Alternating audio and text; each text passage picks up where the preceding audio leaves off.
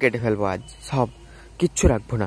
এই যে দেখতে পাচ্ছ আমার হাতে এই ব্লেড দিয়ে আজ সব কেটে ফেলবো, কিচ্ছু রাখবো না। তোমরা কেউ আমার ভিডিওতে লাইক দিচ্ছ না, ভিডিও ভালো হচ্ছে না খারাপ হচ্ছে জানি না, তোমরা কেউ কমেন্টও করছো না, তাই সব কেটে ফেলবো। তোমাদের চোখের সামনে কেটে ফেললাম, দেখতে পাচ্ছ। আরে দাঁড়াও দাঁড়াও, তোমরা আবার মন খারাপ করো না। আমি কেটে ফেললাম তার অনেকগুলো কারণ আছে।